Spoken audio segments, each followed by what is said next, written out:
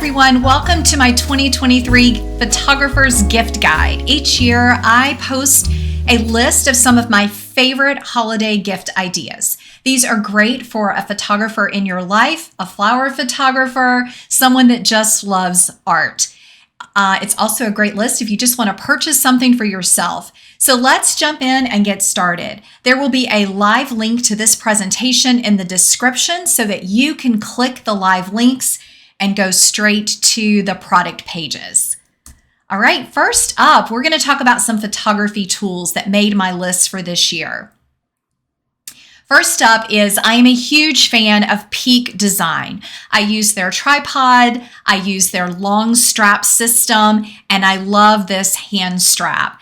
It is so easy to use, secure, lightweight on your wrist, and just makes it so pleasant to do a simple photo walk.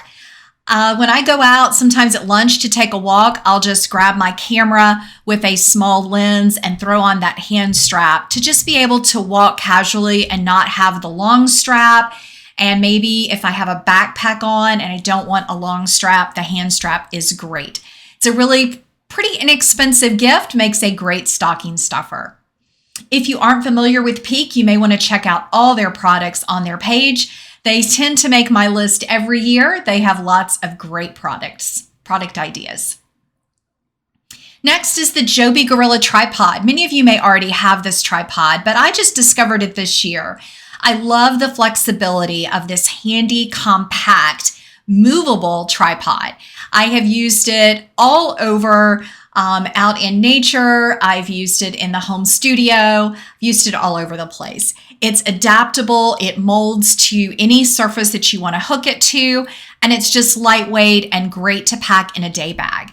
Also perfect to use in tight spots or maybe somewhere where a tripod's not allowed, but you can hook it to something else like a fence or a table or a chair. So it's a really handy, pretty inexpensive gift idea. Next up, so if you're like me, I am always losing my lens caps. And so this is just a great, easy stocking stuffer or a small hostess gift for a photographer. I love these rubber waterproof lens caps. I just have several of them, just keep them in my bag and use those on my lenses. They're waterproof and they just make an easy, simple gift.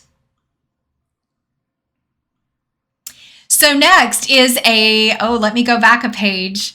Next is one of my absolute favorites, a vintage camera flash. Now you'll see this video icon. I have a video coming out all about using this incredible new handy flash. So if you are new to using flash or wanting to get into it, this would be a great gift to put on your Christmas list. It is compact, it's fun to use, and it does a great job. It's by the flash company Godox, so it's great quality, and there are specials on B&H and Adorama for this one pretty frequently.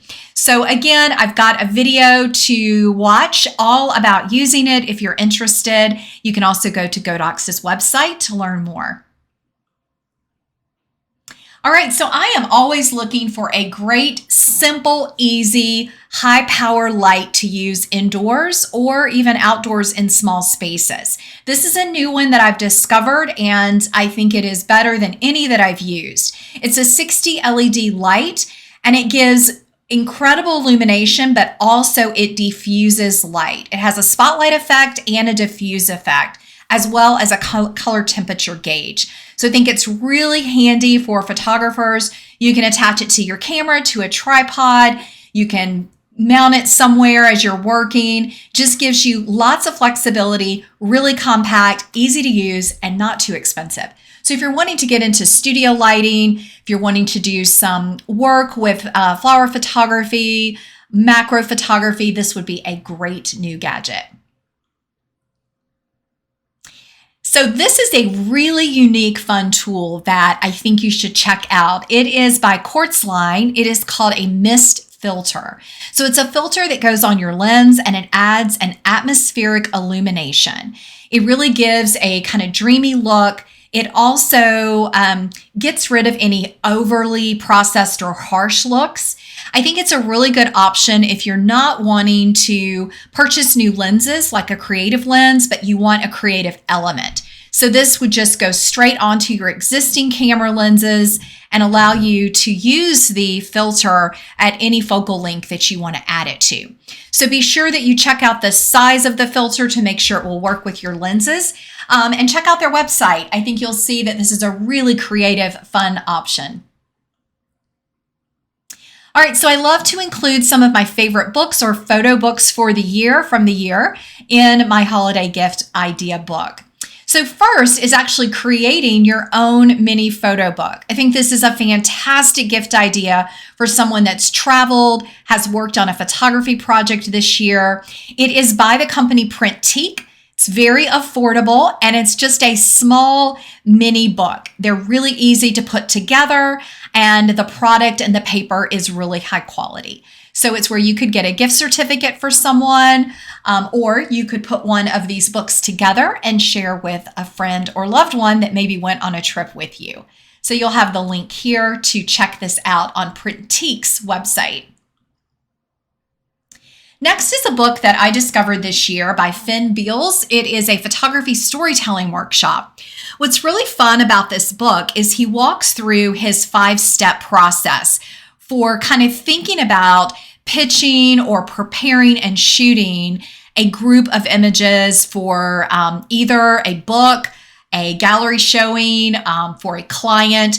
But what I love about the book is it's really good for any photographer. He has several activities throughout the book that you could work on and think through. And I think they're really applicable to anyone. It's a beautiful book, very handy, practical, and just something different and fun. I really enjoyed it. Next is if you're a flower photographer or know someone who is, you may have followed Debbie Shapiro's work on Instagram. She has absolutely stunning floral images. She has a new book out this year, Beauty in Bloom, and I would highly encourage you to order it for either yourself or that flower photographer in your life.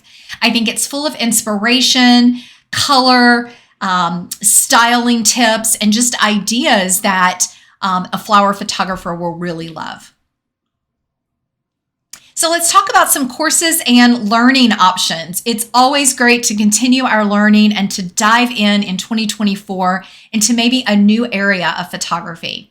So first up is I recommend any course at all by Eva Cosmos Flores. If you don't follow Eva, I would recommend you check her out. She is a digital artist, food photographer, cookbook writer, and really visual artist. She has some videography courses. She has a visual photography, incredible course. She also has cookbook, food photography, and a business course that I highly recommend if you're thinking about starting a photography business.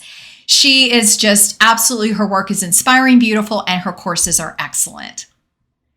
Next up is a course that I teach every January. It's exploring how to create your own personal photo project. If you are thinking about really focusing your work this year, this course gives you all the tools. We start from idea generation and we end with how to present and finalize your project. So click the link here. There's still space to join me in the new year. Next up is editing tools. So I love to have fun with editing, and I wanted to share a couple ideas with you.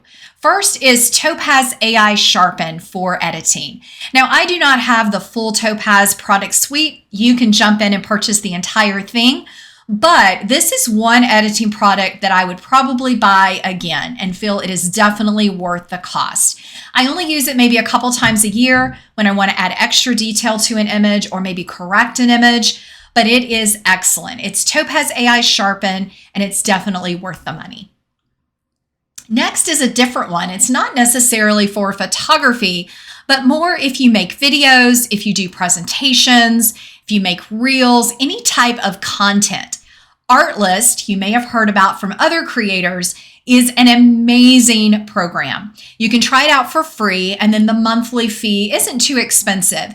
It provides music, templates, sounds, anything and everything that you need to take your content to the next level. I've been using it for some of the music and things in my videos and in other areas of my professional life, and I really love their platform. Easy to use, lots of fun, and something that you should check out if you're into that. All right, so let's jump into flower photography tools. I can't give a holiday list without including some of these tools and techniques to take your flower photography to the next level. So this year's going to be all about the gadgets. I get asked all the time, what do I use when I'm photographing stems and flowers? So this is a great gift box item called Blossom. It's 2 flower holders, a little short one, a taller one. And what I love about these is they are for skinny stems. So they're flower frogs is what they're called. And it just makes it easy to shoot one stem or multiple, and it holds them steady. Again, this one's for really skinny, delicate stems. My next option is from a local small business, Hope Flower Farm here in Virginia. Check out her website, absolutely beautiful items. She also does workshops and is an amazing wedding photographer, florist, not photographer. She's a wedding florist. And she has designed this flower cage. Now this is a cage because instead of a frog, you place the flowers in these holders and it can help make a beautiful bouquet. But you could also use this to shoot with. It will hold larger stems, and that's why I like it.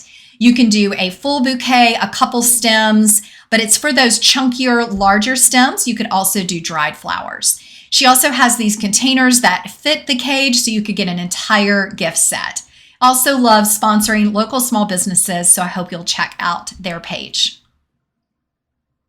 I get asked when I do workshops, where do I get my vases? And this is one collection of vases that I have that's just off of Amazon. They are very antique, vintage looking, but very sturdy glass. I have dropped these, bumped them around, and they are not fragile and breakable. But they look beautiful to shoot with. They'll hold 1 to 2 stems, and they're just a great size. You can do multiple vases together in a still life display. You can do singular, and they're just fun to put in a crate, and then you've got them handy when you need them. So I wanted to share one of my tips and tricks. Lastly is a splurge item. So this is a more expensive gift item, and it's a nod to the Japanese art of flower arranging. It is a beautiful glass bowl. The image is a little fuzzy, but it's got this metal stand that holds the flowers almost above the water. It's absolutely beautiful. Again, it's hand-blown glass, so it's definitely a splurge item and something that the person you gift it to will want to keep for a very long time. I think this would be beautiful to arrange some flowers in your home, but also for that photographer. It's even beautiful when it's empty, so it makes it really nice and handy to keep out somewhere special in your home. All right, that's going to be it for this year. Happy holidays, everyone.